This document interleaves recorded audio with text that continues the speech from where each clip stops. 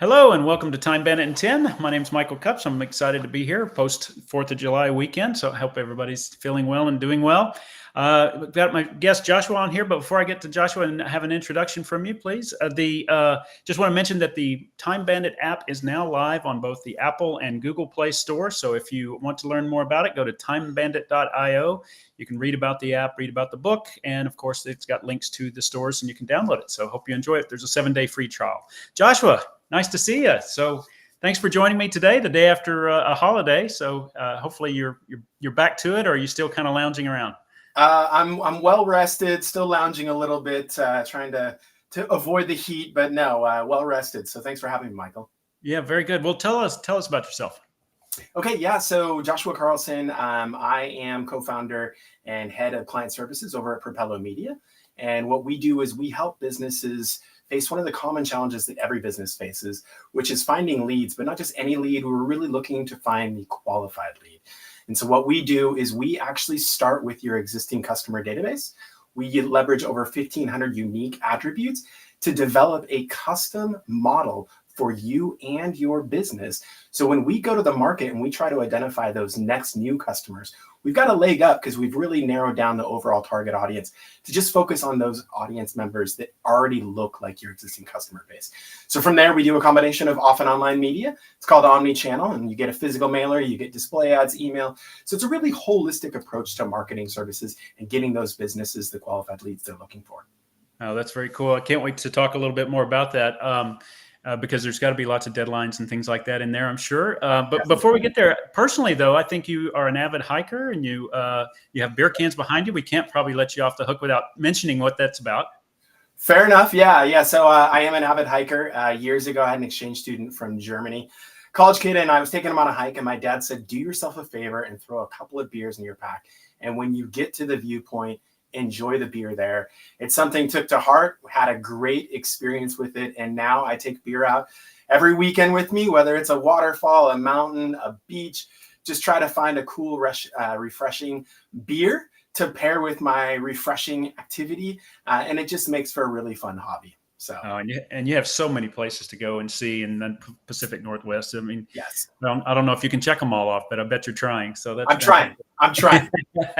Well, let's talk about the kind of the core on Time Bandit 10. I always ask the guest, what is their kind of least favorite time waster, something that sucks the time away from them that they don't always enjoy, and then how do you do to fix that? Yeah, so there's really the biggest one to me is just distraction in the form of quote unquote anything.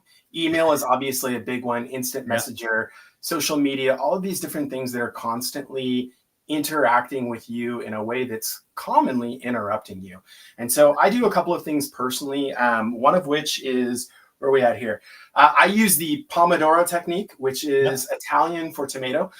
So they've got the tomato or egg timer you're familiar with. I really try to time block 30-minute increments throughout my day.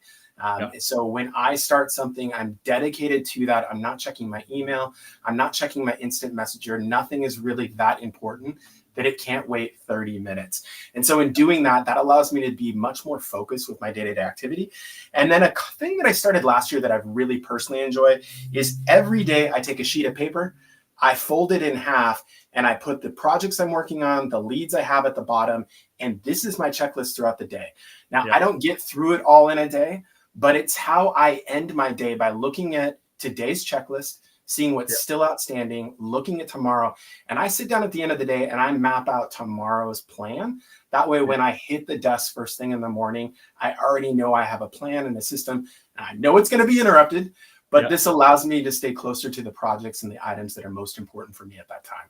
Oh, that's fantastic. And in the book that I wrote about, I was talking about a daily rhythm. Just having that rhythm makes all the difference because you're refreshing yourself on what the priorities are. You're refreshing yourself on what you did today and what you need to do tomorrow. And it just allows you to just keep that. Basically, you're building a habit that is about being focused on the priorities. That's fantastic. The Pomodoro effect. I'm curious. I love that. I love that methodology. Do you stick to the 25 minutes on and then kind of the 10 minutes off? And then do you start another one or do you go on to other things and then get back to another one that you've scheduled?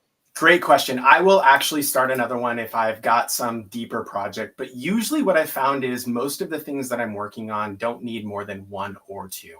And so I will take that break in the middle, go grab a glass of water, go to the bathroom, come back to it, and just stay focused. And I find that allocated time where it's explicitly dedicated to that one activity, it just allows me to kind of zero out the white noise, be much more efficient and much more productive with what it is that I'm working on. Yeah.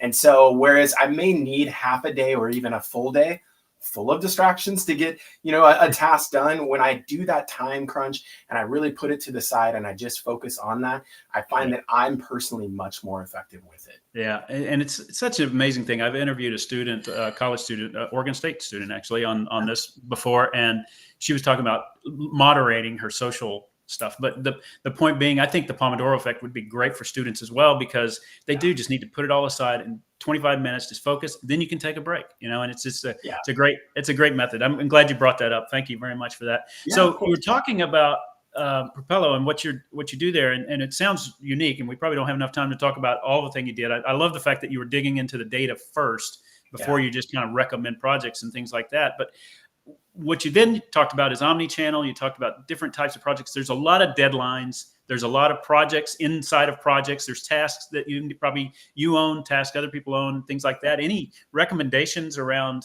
your time management and your project management there? Yeah, so we leverage Asana as a project management platform for us. So with my production team, I've got 3 meetings a week where we sit down and we go through every single project that is either pre-execution, during execution, or post-execution, where you talked about we do start with the data before a campaign, finding about 40% of a campaign success is predicated on doing that due diligence. But we spend as much time on the back end to evaluating the data. And so there are a lot of different iterations happening across a lot of different colleagues simultaneously. And we find that we've got the Asana Kanban board set up, so we know visually, we can see, we can dig in and get any additional detail. And speaking of rhythms that you talked about earlier, we find that this 3-meeting week rhythm is good for us to keep abreast of what's happening, where other people are at. And these meetings last less than 10 minutes. So it's not necessarily a deep dive where we're going in trying to solve a problem or trying to design a campaign. We have plenty of those meetings and we'll set those up as needed. These are really just a heartbeat that allows us to stay in touch, know where everybody's at. And that way we make sure nobody is dropping the ball, because we'd all be able to see it. Oh, it's great. And I like that, because what you were talking about there is very similar to Agile, right? So it started out in the development world, but it can apply to anybody's business. And the fact that you're not trying to solve the problem in that 10-minute meeting, you're just making sure that everybody's on point with that. And have you been doing that a long time? Did you see before and after when you implemented that training system? Yeah, so we used to have routine company-wide huddles where I think we tried to squeeze too much into it. And don't get me wrong, nobody hates yet another meeting. But again, these meetings that we've done from our production team, because they are less than 10 minutes, it really is that heartbeat. So I could tell there was a sense of kind of confusion at times. Where is, Jenny out in this process right now? Is Tim already working this or not?